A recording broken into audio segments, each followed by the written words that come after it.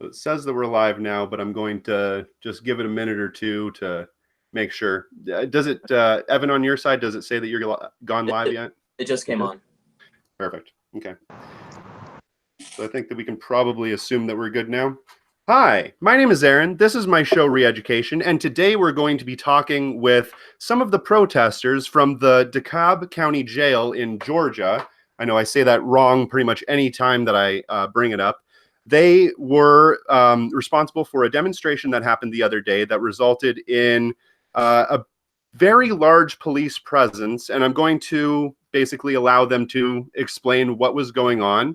And if you're wondering why my camera's a little bit choppy, it's because I had to use a very janky method of actually getting video on this channel. So bear with the video quality for now, and it's likely that I'm going to just cut out my video and have them talk. So without any further ado, I have Kez and Evan. Kez, if you want to go ahead and tell us who you are, that'd be fantastic. Hi, I'm Kez. I live in DeKalb County, and I've been working with organizations like I Walk, Jailhouse Lawyers Speak, Mothers with Sons in Prison, and the Atlanta Anarchist Black Cross to brainstorm around actions that we can take to get DeKalb County Jail shut down because it's a fucked up piece of shit. Absolutely. And Evan, why don't you tell us who you are? Hi, my name is Evan Heimbaugh. You might recognize me from the news. I was one of the protesters who was attacked and arrested by the police during the action last Wednesday. I'm not affiliated with any particular group. This is kind of a new thing for me, but yeah. Awesome, absolutely. Okay, so basically, Kez, I muted your microphone there. So what's going to happen is basically we're going to outline the chain of events that went on at DeKalb County Jail. And while we're doing that, I'm going to bring up a video that shows to everybody basically the kind of thing that was happening. And we'll kind of do a bit of a play-by-play as we go through that video. So hopefully it should be playing now. As you can see, there are a bunch of protesters that have already started marching. Now I'm going to stop it right here because there was actually a whole bunch of things that happened leading up to this event.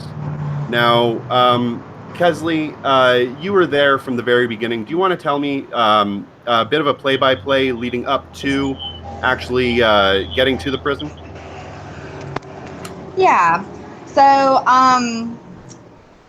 the event that started everything was a mother of two people at the time who were incarcerated at DeKalb County Jail made a cry for help on Instagram, and it went viral, and a few of our comrades caught wind of her post, and what her post was asking was help on how to kind of deal with the situation that her sons were going through. One of them has since been released, and one of them has since been thrown into solitary confinement. So what happened was when they were on a video chat, a visitation, they had pre-made signs out of their food trays with a Sharpie and asking for help, talking about the conditions at the jail, talking about the mold, talking about how hungry they were. And their mom screenshotted it. And that's the content of the post that went viral. And then one of them, there were 3 men in the video, and 2 of them faced severe repercussions. One of them is still in solitary confinement. One of them, we're still unsure of his whereabouts. The person whose mother that we are in contact with has still not really been able to have any visitations at all. Very minimal contact with his mom. His mom's been banned from any sort of visitation. And we've received a couple letters from him at this point, but that took several weeks to even have minimal contact. So since that time, we've had 3 demonstrations in front of the jail. The first one was an evening demonstration, and there were a little over somewhere between 50 and 75 participants. And we faced a pretty severe police presence that night. There were 4 arrests, all pretty in the same brutal manner of what we saw this last week. And then we had another action the following week that was a good bit smaller, maybe about half the crowd. And that was a daytime action, bringing attention to the jail. And we were able to get the attention of the people that are incarcerated inside. We wrote our number that people incarcerated could reach us on the sidewalk, and we were receiving calls for a little while. That number has actually since been blocked by the jail, and we can no longer receive calls from inside on that number. And had just a general sort of sharing platform where people who had been incarcerated at DeKalb County Jail could speak to the crowd and speak to their experience. And then the third action, I misspoke earlier. We've actually had 3 planned actions and then 1 spontaneous action the day after our third action. So the third action is what happened last Wednesday, and we had over 100 people gather. Police presence was incredible. There were probably, I don't know, what would you say, 50 cops? 50 cops lined up along the street, really trying hard to intimidate us. At one point, there were about 25 or 30 cops out at first, and then about an hour into our demonstration, I would say, another 30 or so came out with batons, waving batons in their hands, and hundreds of zip ties, just clearly trying to intimidate us, even though we were gathering peacefully. Yeah. Yeah, Well, Evan, do you want to within your speak First in Amendment and rights. step in and say anything? Yeah, so the funny thing is, I wasn't at the action all that long. I arrived a little late because of the horrible traffic. I got there, I was there maybe 45 minutes before the action part took place, and then I missed the rest of the action because I had been so detained. Right. Yeah. So, and sorry, Kesley, I just muted your microphone in the background just because you do have a lot of background noise going on.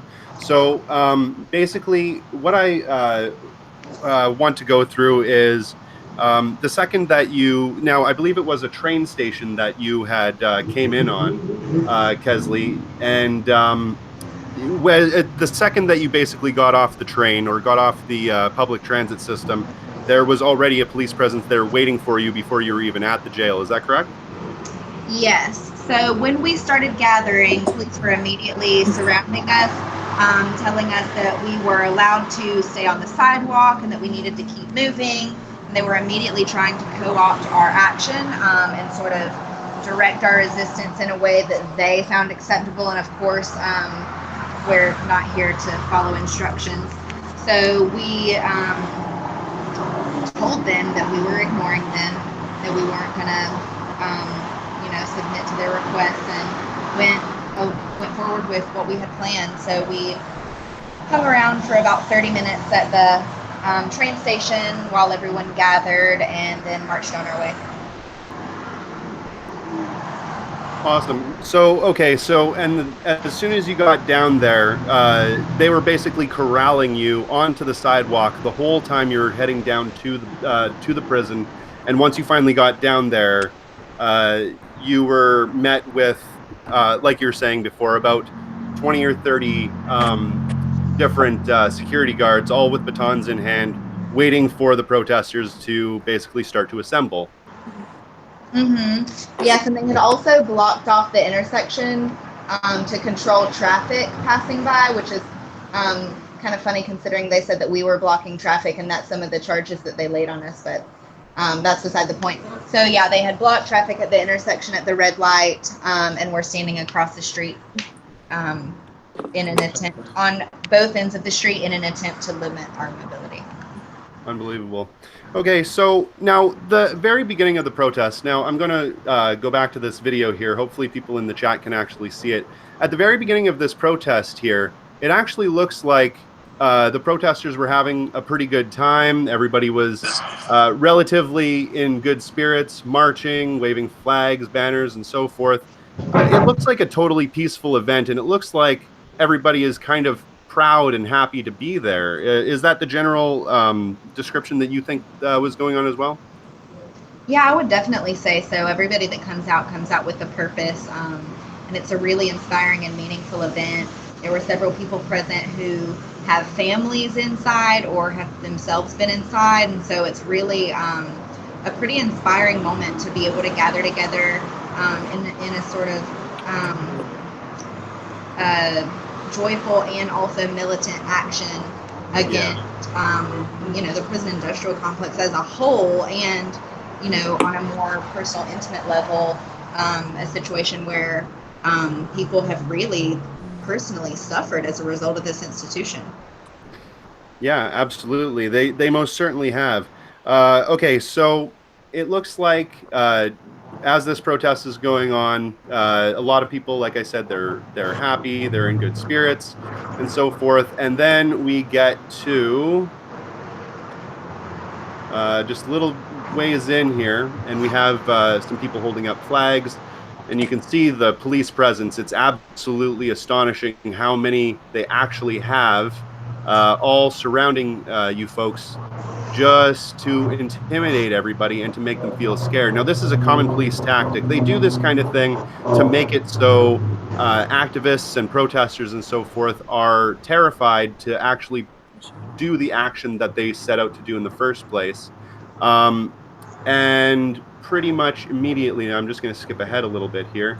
Pretty much immediately, the police started to push and tackle all of the. Now, if you could see, they're getting incredibly violent with some of the protesters here and knocking people to the ground. Now, this is where, now I'm just going to, Kesley, I'm going to mute your microphone again because we're going to talk to Evan here.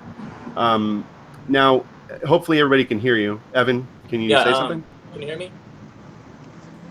Let's just find out from the chat. Can everybody hear Kevin? Or, sorry, Evan?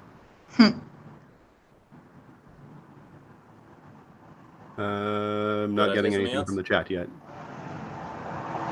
Okay, well, let's hope that they can hear you. Okay, yeah, they said that they can hear you. Okay, so this is basically where you came in. Now, for everybody watching, the person that is being tackled right here, yeah, right here, this is our friend that we're talking to right now, Evan. And Evan, why don't you basically give us a rundown of exactly your chain of events that happened leading up to this point? And we'll talk about this person that I have on the screen right now as well, who is another person that was arrested for being a fucking hero and trying to stand up for people's rights. So why don't you go ahead and give us a rundown? Okay. So when I got to there, I kind of pushed my way forward, and I was kind of hanging out by the side. Sing way down a picture.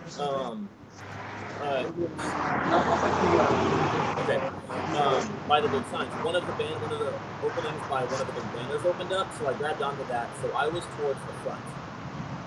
I didn't see the cops advance because I was kind of behind the banner, but I saw the guys I was holding the banner with start to go away, start to back up because I saw it happening.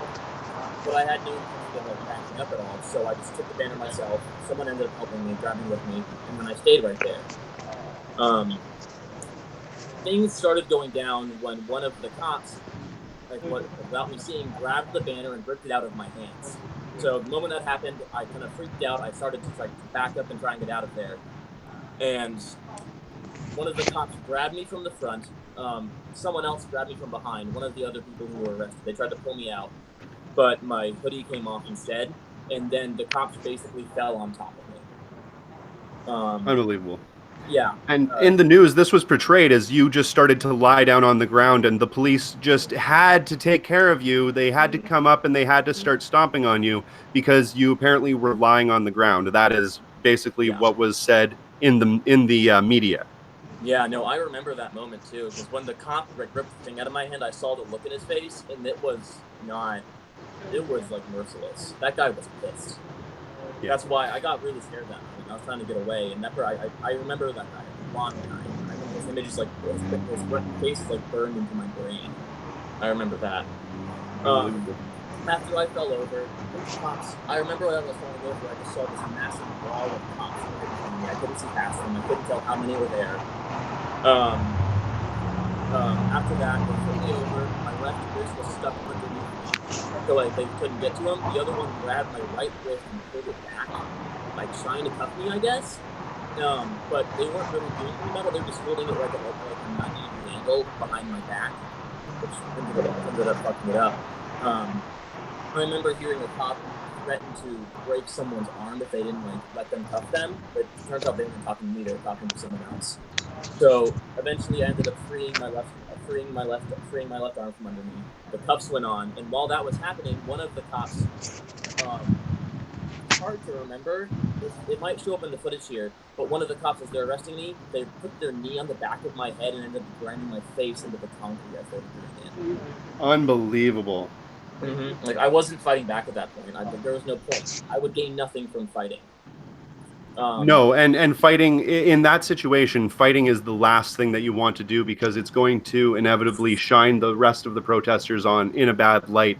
And as it was, all of you were completely peaceful. You hadn't done anything wrong. In fact, you were completely following within your First Amendment rights to be there, to be demonstrating, to be saying the things that you were.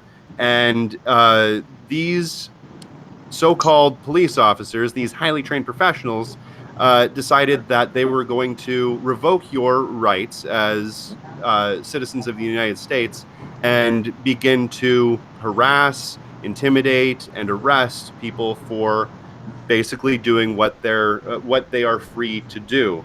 Now, I'm going to go back to Kesley here for a moment. Hi, Kesley, are you still there? Yep. Hi, sorry about that. So now, we were talking yesterday, and you were explaining the first, second, and third arrests that ended up happening. I believe it was 3 or 4 arrests that ended up happening. Why don't you go through the first arrest with me again, how one of the protesters were injured?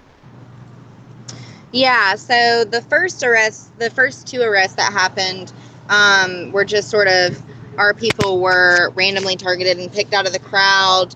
And they grabbed him and manhandled him and drug him from the street onto the curb, really ruthlessly, and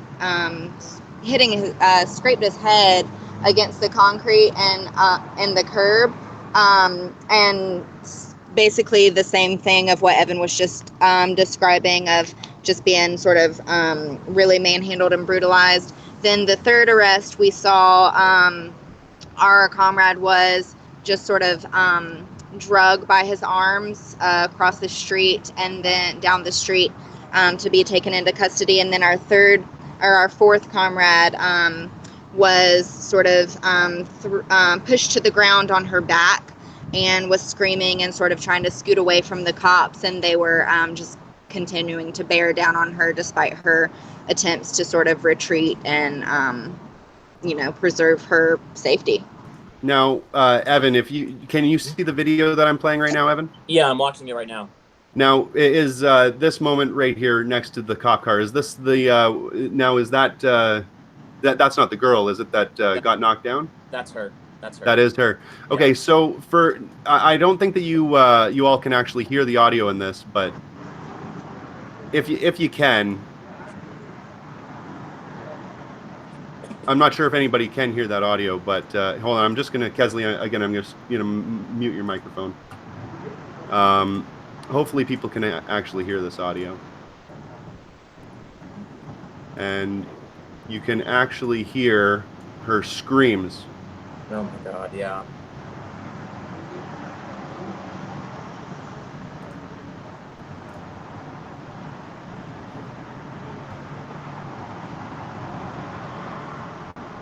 Yeah, hopefully people in the chat were able to actually hear that, because it's absolutely terrifying, the way that they handled that poor girl.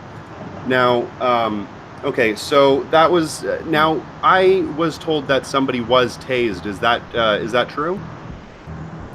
It wasn't one of the people that were arrested, but there's sorry, just hang on one second. I have you muted.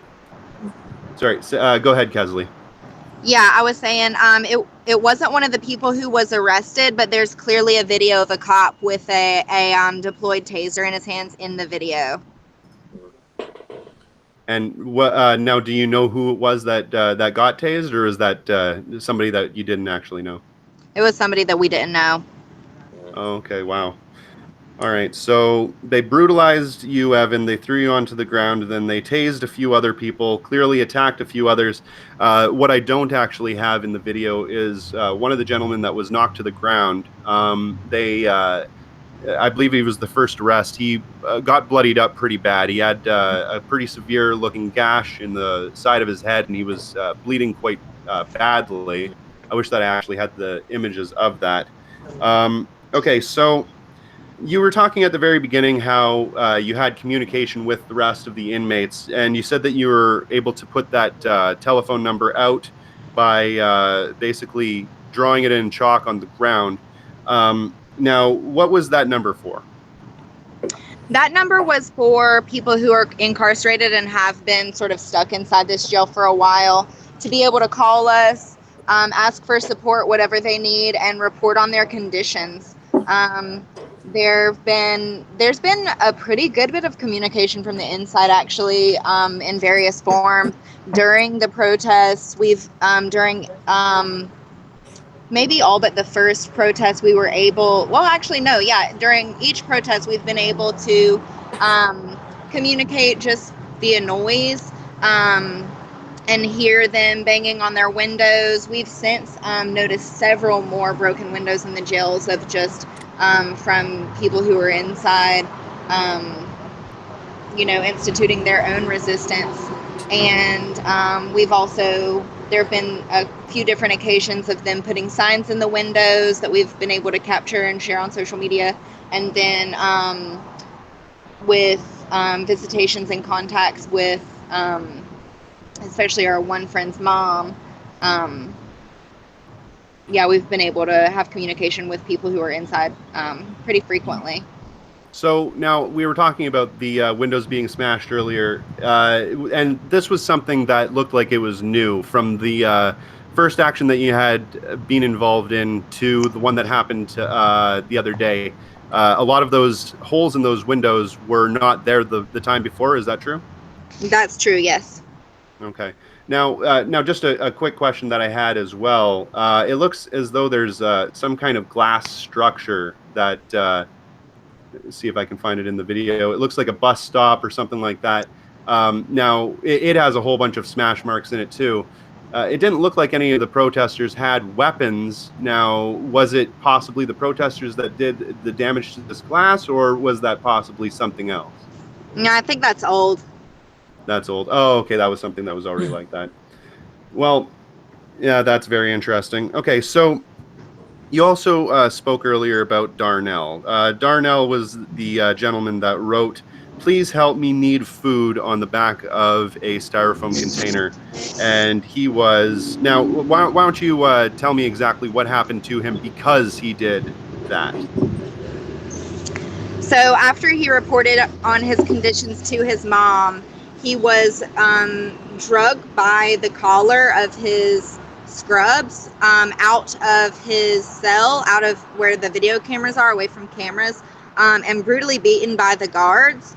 There are actually images of the lacerations on his neck, and the abrasions on his neck from being dragged. And then he was thrown into solitary confinement, and it was several weeks before we were able to make any kind of contact at all. Unbelievable. And so now, another question for you, Evan. And again, Kesley, I'm just going to mute your microphone. When you were thrown into the holding cell, that was in the DeKalb County Jail as well? Mm-hmm. It was.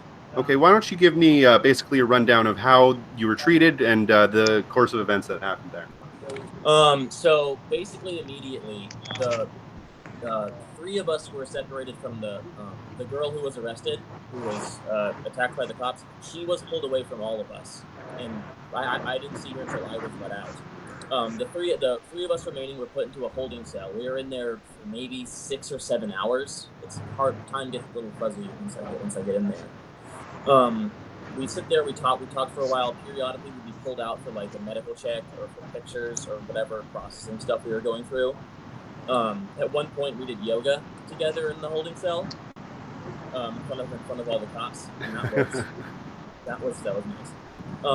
After all that, though, we were pulled and put in like the big holding cells that I guess are for relatively short stays.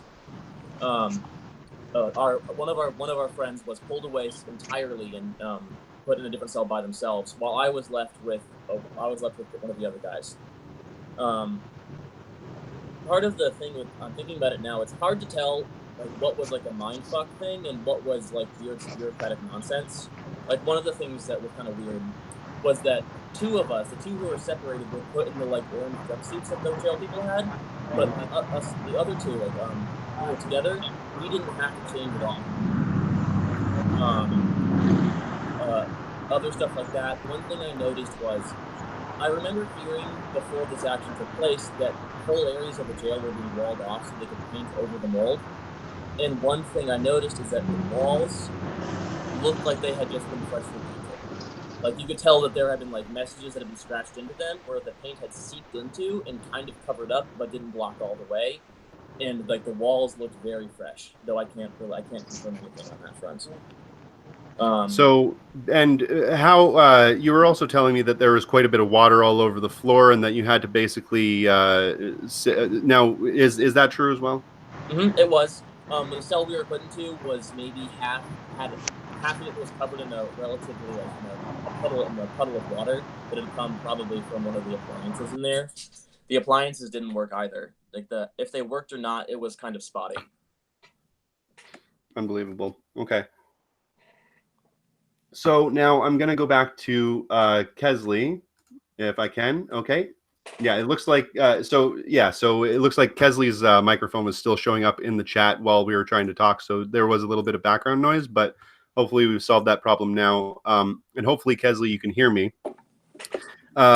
So would you like to you said at the beginning that you wanted to basically explain to people a bit of praxis and so forth that they can do outside of jail, or how you went about organizing a lot of different actions. Do you want to touch on that a little bit, please?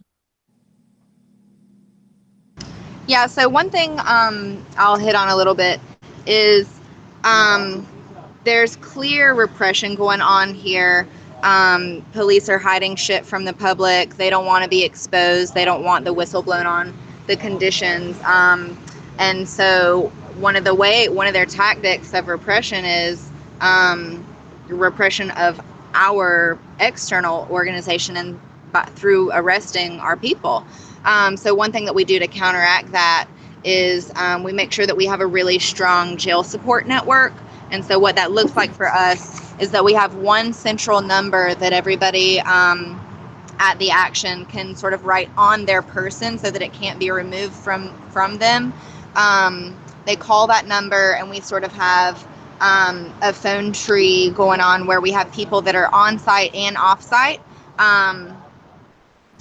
communicating about who has been arrested and how we can get them out as quickly as possible. And basically, you were doing that by getting a Sharpie marker and writing it physically on your body. Yes. Yeah, it was on my arm. It's an incredibly smart tactic. Now, Evan, I brought up an image here that you can possibly see. Let me just bring it back over. That you can possibly see. And Kesley, you probably can't see this, but I'll describe it to you. It's an image, it looks like, of a solitary confinement cell with blood dripping off of the small little hatch window, and some words that were written in what looks like blood saying, "I'm depressed, mental health, mom help." Do you know anything about that? No, the area that we were put into, the area that we were put into had very clearly, they put us there purposefully so we wouldn't see any of the really bad stuff. Oh, just hang on one second, Kesley. Just while Evan is talking, can you please mute your mic again? Yeah, sorry about that. Thanks. Sorry, say that again. The area that me and my comrades were put, a lot of it was pretty clear that they put us there because it was easily one of the nicer places in the jail. So they had a degree of plausible deniability. But a lot of the signs that we saw at the very top of the place said there's mold in this particular room. So it's still clearly a problem in the higher levels, but all of us were kept on the lower levels where they probably had done a lot of work, so we wouldn't be able to see much other than like the water problems. Oh, okay, and actually, now that I'm looking at this, it actually says that it was inside of Alabama prison facilities. So I thought that it was related. I was talking about this to another person this morning, and we had assumed that this image was actually from there, but it's not. So, but yeah, as far as the prison conditions go, absolutely terrible. Okay, but the whole purpose of this is not to scare everybody away from doing direct action, because as far as I'm concerned, this kind of situation is a bit of an anomaly. Most of the time when we are going out and doing actions in public, there isn't, for the most part, this kind of a reaction. Now, of course, that comes with a whole lot of caveats. It can very much depend on the time of day. It can depend on the size of your crowd. It can depend on a lot of different things. Kesley, we were talking about that earlier. Do you want to touch on that a little bit? Yeah, sure. One thing that I've noticed just in my experience over the years is when police are intimidated, they act really erratically, and I think that's exactly what we've seen here. They're clearly intimidated by us because they know that what we're doing is going to cause a disturbance, and we're, going to effectively be able to reach our goals. And so they want to use whatever tactics they can to repress us, and the larger our numbers, the more they react ruthlessly against us. Yeah. And I just want to mention to everybody that's in the chat too, the reason why there is background noise from Kesley's phone is because she's actually standing in front of the prison right now, hoping that they might be able to see somebody that is coming out or that had just recently been released. And you were saying that even today, there is still a small police presence there without any action going on at all. Yeah, as we're sitting here, we can just see them sort of circling, watching, waiting. They're hyper vigilant right now, waiting for protesters or just whatever to arise, which is good. They should be vigilant. And we're still going to keep coming back. Yeah, absolutely. And I appreciate your tenacity. Evan, it looked like you had something to say. Go ahead. Just as one of the people who were arrested and kind of messed up, while it has had some effect on me, I would be a fool to deny that fact. I don't regret it at all. I remember when I was in there, after we kind of got fucked over by the court process, which we can talk about later if we want. A lot of the other guys asked us why we were there, and we told them, and they all got really excited. We saw a lot of those signs in there. Like, one said, "I love you," and like other people talking about like what the shit we were doing and how cool they thought it was. A lot of the guys in there, this means everything to them. Like, they broke windows in there. They were fighting inside the jail, and they're going to face a lot worse stuff than I ever had to face in there. So even if it might be a little risky, and it's not as risky as it might come off, it's definitely worth it just for their sakes. Absolutely. And you're even saying when we were speaking before that even the amount of abuse that you had suffered, and I want to touch on the exact injuries that you got as well just in a minute here. But even though you had abuse, basically you were abused by the police, the abuse that you faced was far less than the abuse that they're doing to the prisoners that are actually in there. And even though you were thrown to the ground and stuff like that, you still felt vindicated, or that your actions really did matter. Is that correct? Yeah. Even if I'm just a small part of the larger solution, that's more than enough for me. So long as I get to do something to help them, that's all I really want. Absolutely. Absolutely. Now, I'm just going to stop my screen sharing here for a minute. And I'm not sure if I can bring your camera up. I think that probably brought you just up specifically. Now, why don't you go ahead and show us the injuries that you obtained? Okay, so some of them have healed a little bit by now, but I can go over what the problems were. Sure. The main one is right here, if anyone can see it. I'm not entirely sure where this all came from, but it's the first thing I noticed after I got arrested. It's a bruise that extends right here to right here. I think it's actually gotten worse over the past few days. And now for anybody that can't see, that is right in his orbital socket. It looks like just above his eye, and it's very discolored. And now, were you bleeding from that area? No, I was not. No? Okay. No, I was bleeding. There's a cut right here. I think this happened when my head was stepped on. I'm willing to bet. There's a cut right here that I was bleeding out of. It actually goes further up into the hairline, but you can't see it from there. Scraped here. My wrist was messed up when it was pulled on. My chest hurt a little bit after I got out of jail, and during that time, like I was on the top bunk in my cell, and I had some trouble getting off of it because of that. But I don't know if that's a direct product of it or came later. It's hard to tell. I have scrapes on my hands as well. My wrists are the cuts on my wrist have healed from the cuffs after being manhandled. But I think that's all of it. Lots of small scrapes all over the place. Absolutely brutal. Okay, now, Kesley, going back to you, is there any thing that you might have advice for people that are inside prison if they want to do any kind of, if they want to be able to communicate with one another, if they want to be able to do any kind of action, do you have any advice for them to do that? No, I definitely don't have any advice for anyone on the inside. I think one of the most beautiful things about prison abolition work is the way that internal organization erupts spontaneously in ways that fit the needs of the people who are struggling. I think one of the most important pieces of this work is for external organizers like myself to really listen to what they need and what they want from us and the kind of support that they want and what that looks like. And it varies drastically from location to location. So yeah, I think as far as external organization goes, I think that the most important piece of advice that I can give is to just listen closely. Yeah, that's perfect. Absolutely. Now, before we go, I'm going to touch on Evan one more time. And you said that you had some stuff that you wanted to talk about that happened in court. Yes. So this is again part of the either bureaucratic nonsense or like actual mind fucking. What happened was. Oh, and Kesley, just mute your microphone again if you don't mind, please. So we were arrested around say 7 o'clock, 7:30 maybe. Again, I'm not entirely sure on the time. And we were told that our court case would be at 9 o'clock the next morning. So 9 o'clock came. After some not very restful sleep, 9 o'clock came, and three of the four of us were pulled out and sent to court. I was left behind in the cell. I learned later what happened. I learned from my comrade who I was with that when they got to court, they were told that our warrant had not been written up at all yet, so we couldn't be given bail.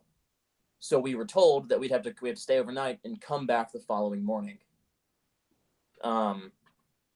So after we got back, that ended up not happening. I'm not entirely sure how it happened, but after we talked to a lot of the guys in the cell we were hanging out in, all of us were then pulled out and discharged very quickly. I think in response to the action that had been talked about that was being announced for that night, but I'm not actually sure. Unbelievable. And okay, so now there was also, and Kesley, you can probably field this question.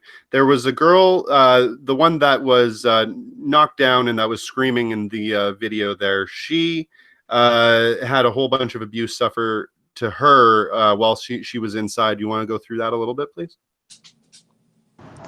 Well, I don't want to get it too much into sharing her story for her. I don't exactly know what she wants shared, but I will speak, to the experience of what it is to live in a body that's perceived to be a woman's body, and the general harassment that we face everywhere we go, and especially when you're on the inside of a institution that thrives on a power imbalance and preys on the most marginalized among us. It's a terrifying experience to be isolated from everyone you know, to be told that, they essentially have the power to disappear us. And that can be a really terrifying thing. And they use fear. They're professionally trained in fear tactics. That's one of their major weapons of defense, and they use it well. Yep, absolutely. Yeah, Okay. I think they very, very purposely isolated her and targeted her in a way that they didn't target myself or necessarily the guys I was with. Like, hearing her story was very obvious that they singled her out and threatened us via her as a proxy, I guess. Without It's disgusting. That's absolutely disgusting. Now, is there anything else that you all would want to talk about before we go to questions? I really just want to highlight again the importance of focusing on the internal struggle and the repression that's going on in there, and the fact that people can be disappeared or thrown into solitary confinement indefinitely just for speaking out about being starved to death or being forced to live in toxic conditions where you literally can't breathe the air, and it's causing health defects. Where we're talking about basic human rights that are being denied here, and extreme brutalization that's being levied against people who are literally just asking to be fed. It's honestly really horrible, and it's, you know, that can often get lost in sort of like the drama and the spectacle of the protests that happen on the outside. And so I just want to, you know, remind people that the importance of what's going on is the violence is happening on the inside. Absolutely. And how about you, Evan? Is there anything else you want to say before we go to questions? I would say this whole affair has been rather alarming for myself. Like, even the fact that I'm doing this right now is that I'm deciding to do this it's unnerving. After the aftermath of a lot of this has left me very, very nervous. But honestly, this is some of the most enjoyable stuff I've done in a while. Like, this matters. It's important. And it's not you. If someone chooses to do this, they very likely won't have to go through what I had to deal with. They probably won't. And in the end, it's far more worth it to see the people that you're helping and see them standing up for themselves because they have the support from the outside, and then people are willing to stand for them. Yeah, I think that's a great point. And the importance of what we're doing is just we're enabling people to be able to stand up for themselves on the inside. As someone has told us, like, if you don't have somebody on the outside looking out for you, then you can just be gone tomorrow and no one would ever know. And so that's what we're here for. We're here to stand guard and stay vigilant about what's going on the inside, so that we have the ability to not let that slip by. Absolutely. Okay, so now I have just one more quick statement before we head to questions. I just wanted to mention that the framing that the state and the media and everything like that, the way that they portrayed this event was in such an unbelievably disingenuous manner. Like I said before, when the police went and attacked Evan on the video put out by, I think it was Fox 5 News or something, they had said that he just lied down, that the police just basically had to take care of him, that they had to jump on and beat him boots to the face, basically. They thought that it was and the way that they framed Sheriff Mann, I believe it's Sheriff Mann, the guy that runs the prison, was absolutely disgusting. They had him basically sitting at his desk in a very calm manner. They were videotaping him and letting him calmly explain how they're doing the best that they can to stop these allegations, and that these protesters were basically just a bunch of agitators and so forth. And when they actually showed the protesters, the real heroes in this situation, they showed them with just their mugshots, and they presented them as though they were criminals. And that's just something that happens with just simply the framing of the way that they tend to show these sorts of events on the news. So now I'm going to head to... Oh, go ahead. Yeah. Yeah. I mentioned this earlier, and I thought this was really funny because I've been like watching a lot of the coverage and stuff. Some of it's decent at best. One thing was pretty good. The two worst ones, the Fox 5 and something else, they're the only ones that got a quote from the actual like people in charge, and they're also the only stories that shared the personal names, faces, or the mugshots, and locate in like the home cities of where everyone who was arrested. They're the only ones. Yeah, absolutely disgusting. Okay, so now we're going to field some questions. So Callie, hello Callie. They asked, when is Evan going to receive medical treatment? I already have.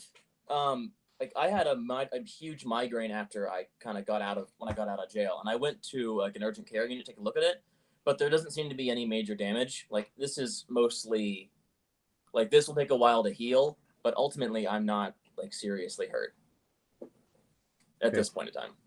That's good. Now, Callie, we can ask you this question here. Do you know of any good sources where people can learn more about situations like this or possibly upcoming events?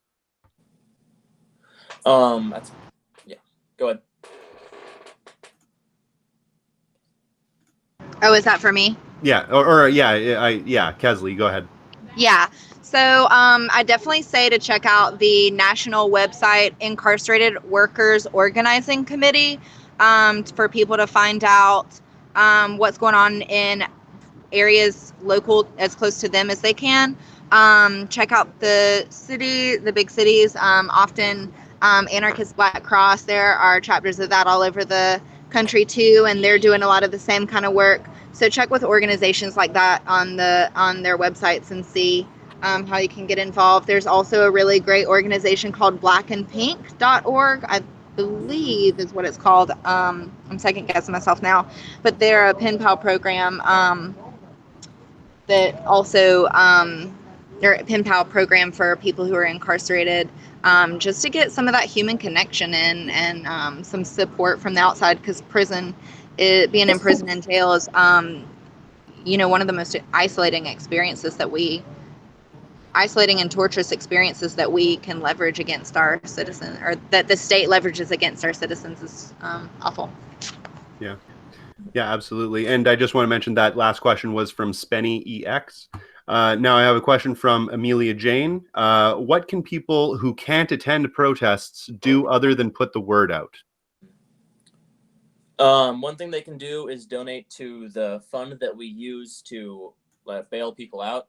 Like the money that was used to get me out, if there was money being used, came from that fund. We collect it in advance, so if people do get arrested, we have the means to actually get them out without having to do any on-the-spot collecting.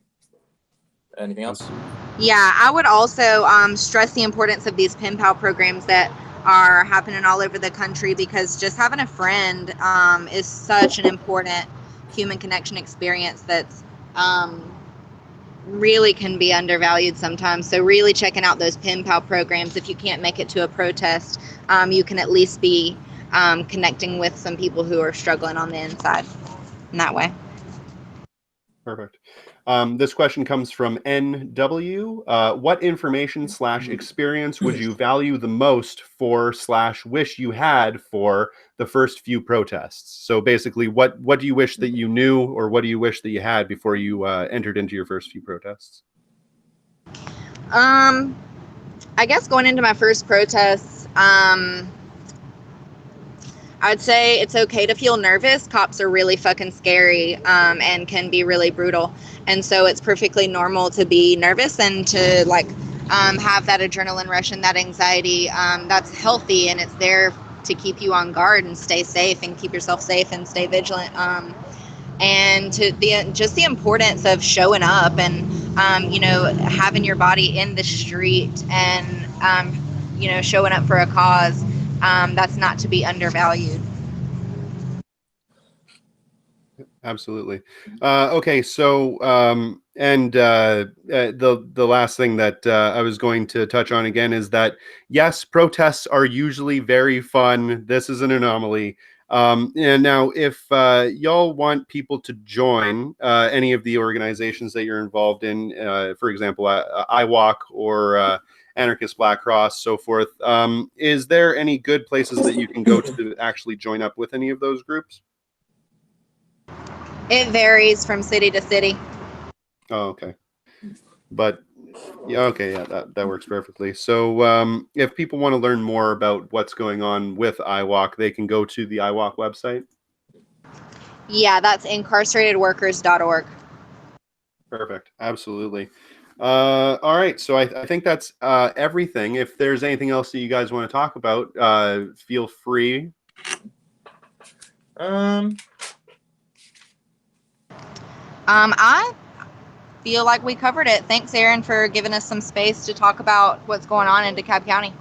Absolutely. I really appreciate y'all coming and reaching out to me. And anytime that something like this is going to happen again, feel free to reach out anytime. Awesome. Perfect. All right. Well, thank you very much, Evan and Kesley, two of the protesters that were at the DeKalb County Jail protest that happened a couple of days ago. I wish you both very well, and I hope to see you all again soon doing something else great. Well, thank you for having me. Thank you. Great. Thanks, Aaron.